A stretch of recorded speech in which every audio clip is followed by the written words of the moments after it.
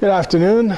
I'm Ed Bechtel from Bechtel's Pharmacy. We're here at the Slatington Public Library to do our monthly Sweet Spot talk. Today we're going to talk about glycemic index. Let's take, we're going to talk about what are carbohydrates, what the glycemic index is, what high and low glycemic index foods are, how the glycemic index can help you plan meals, what's the difference between glycemic index and the glycemic load, and how you can use both the glycemic index and glycemic load to help manage your diabetes. So we'll review our basic sweet spot truths. Most of us know there are two main types of diabetes. Type 1 diabetes, your body doesn't make insulin. In type 2 diabetes, your body does make insulin, but it doesn't use it properly. Both types of diabetes can cause damage to the body in similar ways, and neither is really any more serious than the other. What should your blood sugar be? Fasting blood sugar, first thing in the morning, should be between 70 and 130. And your postprandial blood sugar, an hour or two after you eat, should be no higher than 180. So we use a three-pronged approach to controlling blood sugar: medications, exercise, and healthy eating.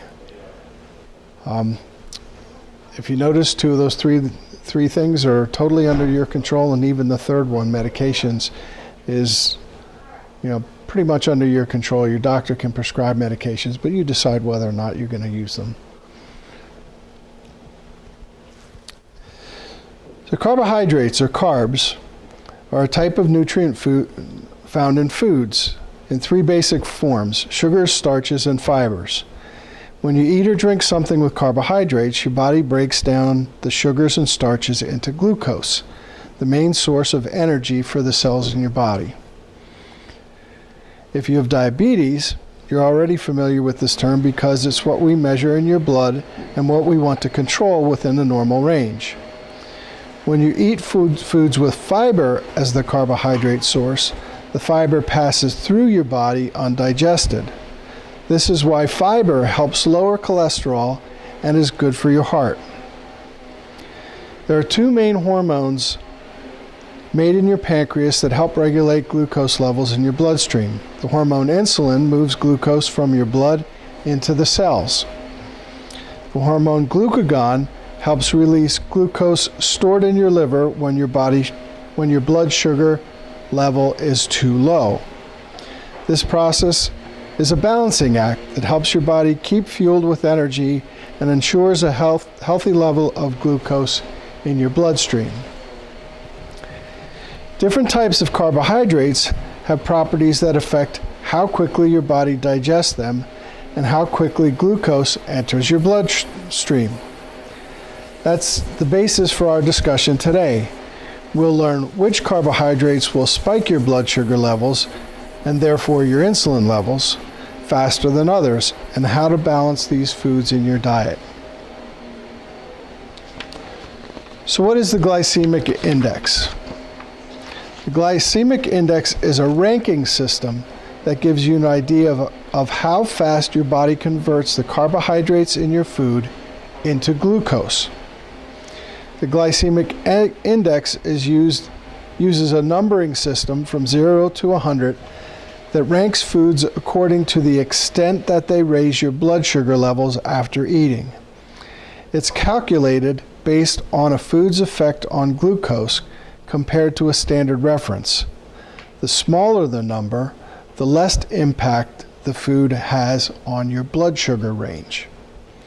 Foods such as meats, eggs, and fats don't have a glycemic index because they don't contain carbohydrates.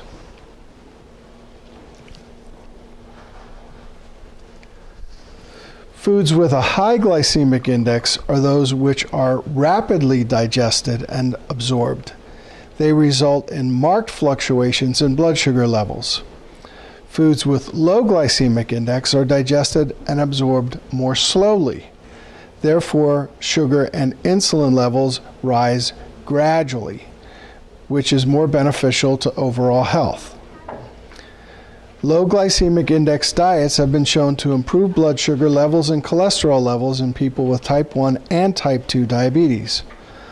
Also, because blood sugar is not spiking rapidly, a low glycemic index diet can reduce insulin levels and insulin resistance. It can also help control appetite and delay hunger, therefore improving weight control. So when you eat foods that have a high glycemic index, your blood sugar rises rapidly. When your blood sugar is high, the body wants to bring that down, so the pancreas releases insulin. So that high spike causes more insulin to be released into the bloodstream. Things that make your sugar go up more slowly, then that insulin is released more slowly. Usually when you eat things that are high glycemic index and you get that spike, the body releases a lot of insulin, and then you have that insulin circulating in your bloodstream. It takes that sugar down quickly too, but then that insulin's there and it's kind of looking for more. So when you eat things that are high glycemic index, and I'll use Chinese food as an example. They say you're always hungry 2 hours after eating Chinese food. That rice, the white rice, causes your blood sugar to spike. You release a lot of insulin, it takes that blood sugar away, and now your body wants more energy. So you get hungry again because of all the insulin that's in your bloodstream.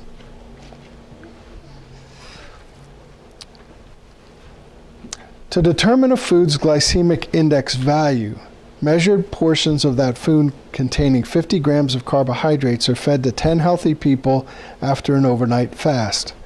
Finger prick blood samples taken at 15 to 30 minute intervals over the next 2 hours. These blood samples are used to construct a blood sugar response curve for the 2-hour period. Researchers then use this data to compare the test food to a standard reference containing the same amount of carbohydrates. This is usually either white bread or sugar. The average of the glycemic index ratings from all 10 subjects is published as the glycemic index for that food.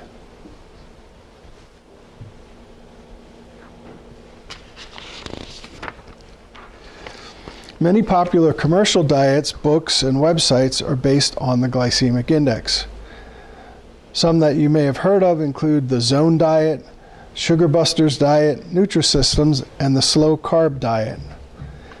The purpose of a glycemic index diet is to eat carbohydrate-containing foods that are less likely to cause large increases in blood sugar levels. These diets are a means to lose weight and prevent or effectively manage chronic diseases related to obesity, such as type 2 diabetes and cardiovascular disease. While we don't recommend one specific diet for everyone, using the glycemic index to make food choices and plan your meals is a great tool for managing your diabetes and improving your overall health through focusing on nutrition.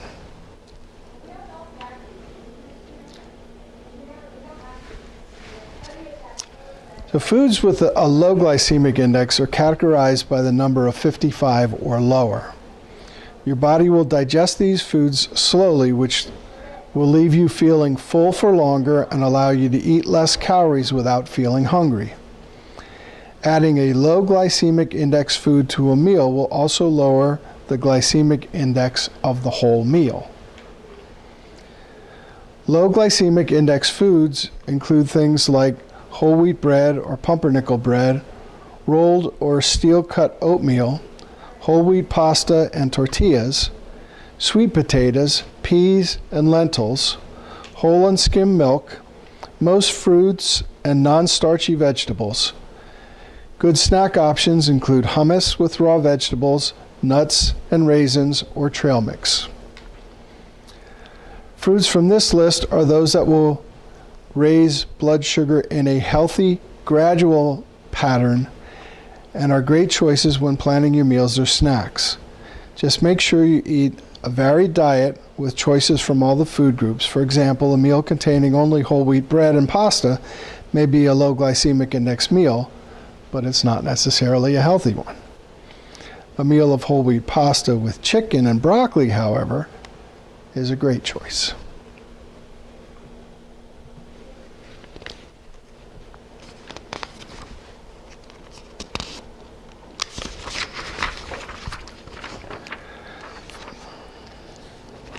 Foods that fall into the category of medium on the glycemic index include croissants, pita bread, hamburger buns, shredded wheat, wild or basmati rice, couscous, cornmeal, taco shells, baked potatoes, ice cream, mangoes, bananas, raisins, pineapple, figs, papaya, and beets. Ice cream is medium. Okay, get it. We always eat the sugar-free.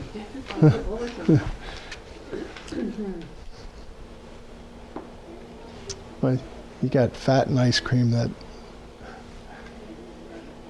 probably brings down the glycemic index.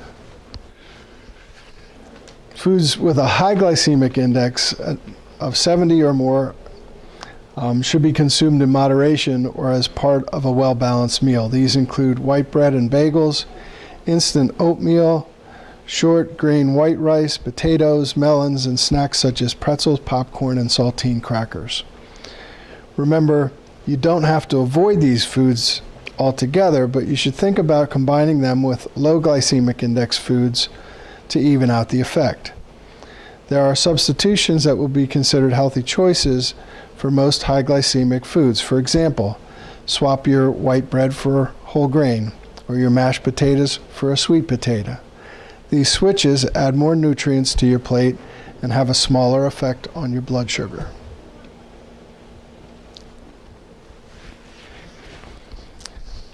While whole foods are always more nutritious than packaged foods, you can look for the glycemic index foundation symbol on food packages to help you make low GI choices.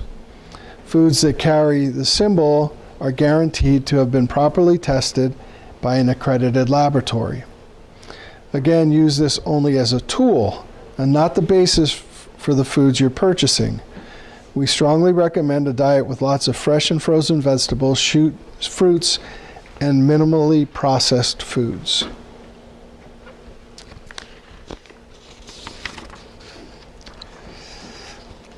When you're thinking about how to use the glycemic index in your meal planning, it's important to remember that there are multiple factors that can change the glycemic index of a food. Fat and fiber tend to lower the glycemic index of a food because fat doesn't contain carbs, and fiber is passed through your body undigested. Acid substances such as lemon juice or vinegar will lower a food's glycemic index. This is important when it comes to marinades and vinaigrette salad dressings. Vinegar-based products and recipes can be a good choice. Ripeness and storage time. The less ripe a fruit or vegetable is, the lower its glycemic index will be.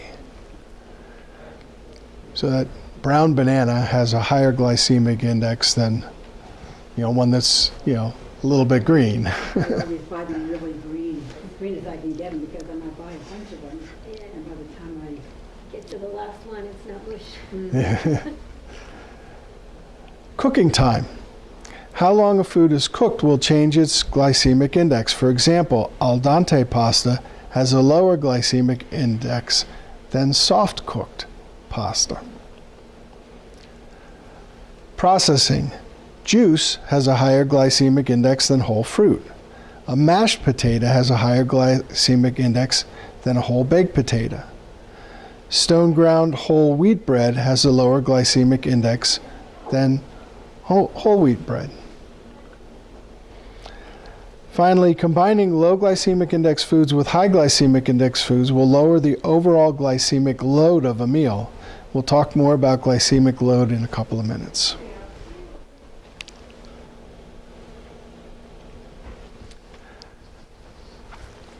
Factors that can raise the glycemic index of a food include more ripe fruit, for example, a brown banana, cooking foods longer, and more processing.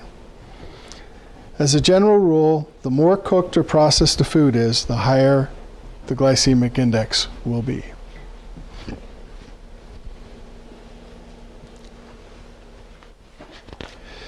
So, glycemic load. One of the limitations of the glycemic index values is they don't reflect the likely quantity you would eat of a particular food. For example, watermelon has a glycemic index value of 80, which would put it in a category of foods to avoid. But watermelon has relatively few digestible carbohydrates in a typical serving. So you'd have to eat a lot of watermelon to consume the standard test level of 50 grams of carbohydrates. Because watermelon's mostly water and fiber, you might have to eat, 4 or 5 big pieces of watermelon to get to that 50 grams of carbohydrate that they use as the standard to test. So to address this problem, researchers developed the glycemic load. Think of this as the glycemic index for a specific amount of food. The more carbs you eat, the more they'll affect your blood sugar. That's what the glycemic load measures. It helps account for both the quantity and the quality of the carbohydrates at the same time. A glycemic load value less than 10 is low. A glycemic load value greater than 20 is high.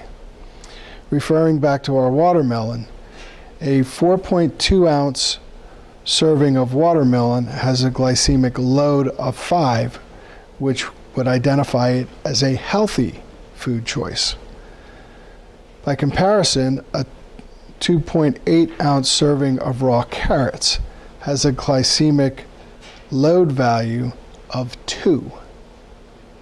So carrots are really good. Watermelon's good.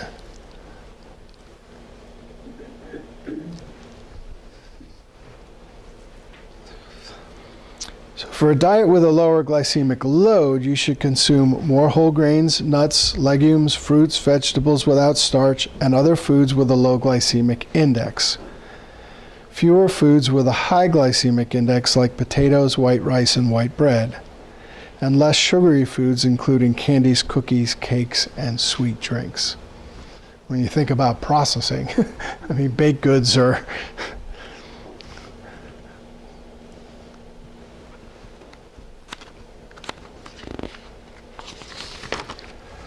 so using the glycemic index and the glycemic load can be very beneficial for managing diabetes. Low glycemic index diets have been shown to improve blood glucose levels, reduce insulin resistance, and improve blood cholesterol, which are all important for managing diabetes and reducing the risk of long-term diabetes-related complications. Low glycemic index and low glycemic load diets also reduce your risk of developing type 2 diabetes, which is especially important if your doctor has told you that you're in the pre-diabetes stage. Switching out high glycemic index foods for lower glycemic index foods will help you feel full, maintain your metabolism, and keep glucose and insulin levels at a healthy range.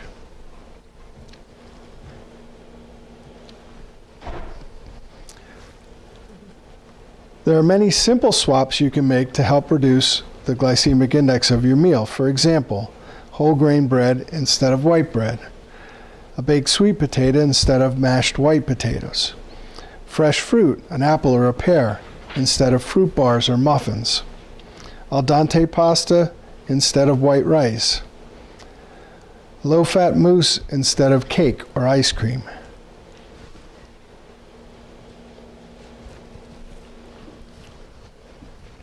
Think about using the glycemic index and glycemic load as tools in your diabetes toolbox, just like you use carb counting, meal planning, exercise, checking your blood sugar levels, and taking your medications and/or insulin. All of these tools combined can help you to effectively manage your diabetes and prevent other issues and long-term complications.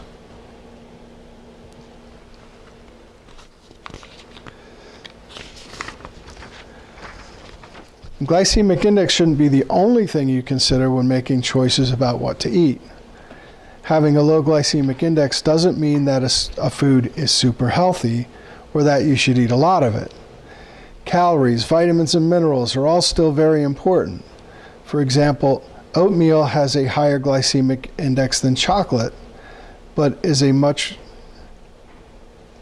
more nutritious breakfast choice, right? Chocolate's not going to have as much sugar. It's going to have a lot of fat. So potato chips and green peas are about equal, but peas are obviously a more nutritious option. Portion size matters. Think about how much of a food you'll be eating and calculate accordingly. Finally, remember the plate method we discussed multiple times. Fill half your plate with non-starchy, ideally green, vegetables, 1/4% with lean protein such as salmon or chicken, and 1/4 with carbohydrates such as long grain rice, al dente pasta, or whole grain bread.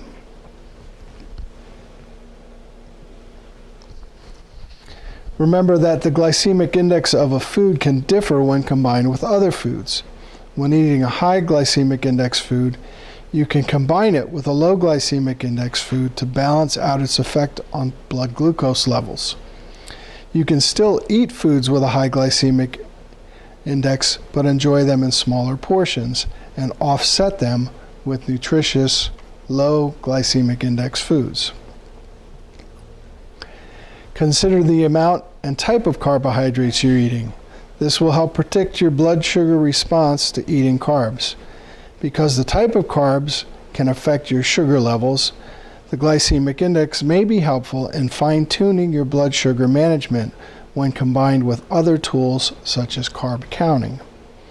Finally, there's no one diet or meal plan that works for everyone with diabetes. The important thing is to follow a meal plan that's tailored to your personal preferences and lifestyle. Your diet should help you achieve your goals for blood glucose, cholesterol, and triglyceride levels, blood pressure, and weight management.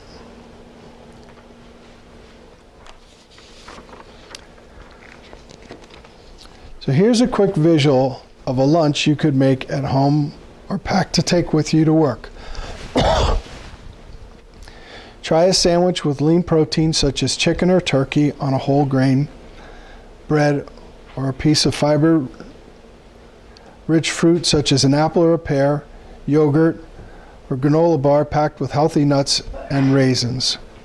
These are low GI foods combined with fiber, dairy, and lean protein will fuel your brain to improve concentration. You will also feel full longer and have more energy.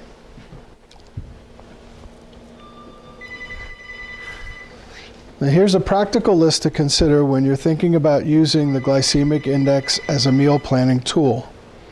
Start by basing your meals off of these ingredients and then add in other foods that you enjoy. Remember that medium and high glycemic index foods aren't forbidden. You just want to combine them with low glycemic index foods and limit them in your diet. Overall, the glycemic index and glycemic load are great tools for helping to manage your diabetes, plan meals, and even maintain a healthy weight and manage cholesterol levels.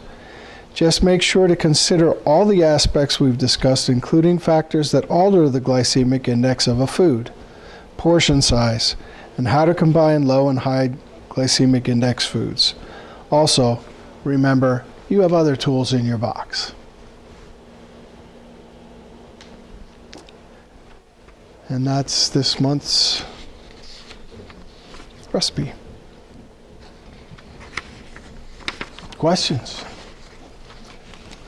I know sometimes you have trouble with your